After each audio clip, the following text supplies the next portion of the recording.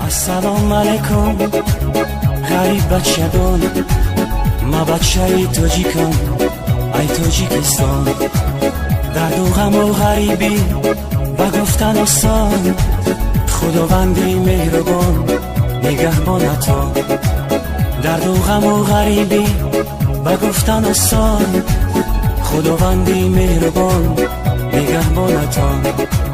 یکی از روزهای روز شد زنگی تلفن، یک غریب سلام گفت شد از ما پرسان. یکی از روزهای روز شد زنگی تلفن، یک غریب سلام گفت شد از ما پرسان. گفتن که گوش کن مرا اکای وای جون، به خاطری غریبان بایدینا بخوان.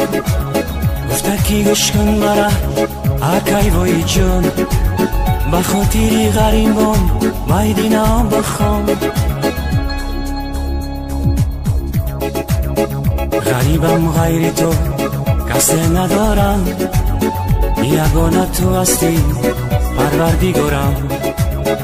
غریبم غیر تو کسی ندارم، یگانه تو هستی پروردگارم.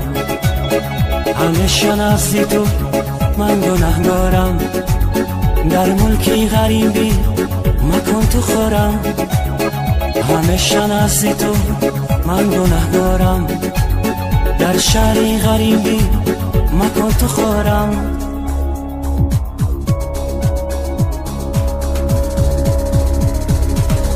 غریبی دردی سخت است ای برادر، غریبان رو نکو دور میاسر. غریبان رو نسر خوش نسم.